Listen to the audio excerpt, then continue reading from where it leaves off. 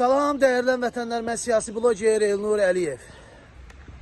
Bir videona rastlaşdım. Zəhmət olsa videoya baxın. Ölkəni hər şeyinə görə tərk edirəm. Problemlər çoxdur, yaşamaq olmur. Ailə qurmaq istəyirəm, qura bilmirəm.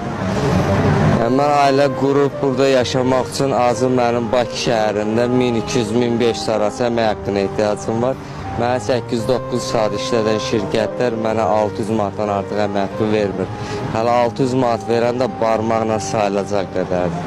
27 yaşım var, mən bir dəfə də olsun görmədim ki, mən bir saat artıq işləndə mənə bir manat artıq maaş yazılsın. Mən çox yerdə işləmişəm, istəyir hərbi sahəsində, istəyir özəl sektor, istəyir dövlət sektoru, hamısında işləmişəm. Hələ öz maaşımdan belə kəsintilər olub ki, artırma olmuyor. İnanmıram, Azərbaycan çata da, yəni o Avropa ölkələrinə. Bizim müstəqilliyimizin müddəti çox qısadır. Hələ bu günlərə gəlibsə Azərbaycan böyük şey.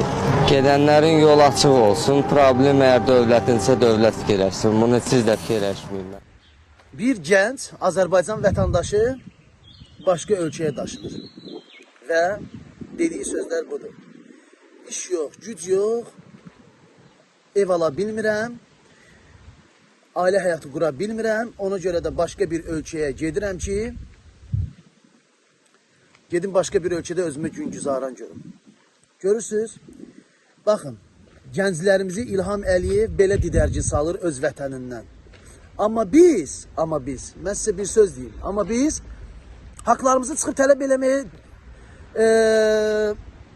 can çəkirik. Deyirik ki, yox, yaxşı olacaq, abi, heç bir şey yaxşı olmayacaq, günü-gündən hər şey dala gedir. İlham Əliyevin Azərbaycan kişilərinə allergiyası var, o istəmir Azərbaycan gəncləri Azərbaycanda qalsın. Ona görə də müharibə edib, öz siyasətini qurban edir. Belə şeylərə biz niyə reaksiya vermirik, biz niyə belə sındıq, biz niyə belə sındıq? Çox ayıb.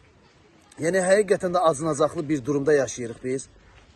Azərbaycandan görün nə qədər gənclər Azərbaycan Respublikasını tərk edib, başqa ölkələrdə öz həyatlarını davam elətdirirlər. Nə deyim? Biz, nə bilim, İraq yaxşılarından qoyun kimi başımız salmışıq aşağı, otarırlar da bizi o tərəfə, İlham da çobandır.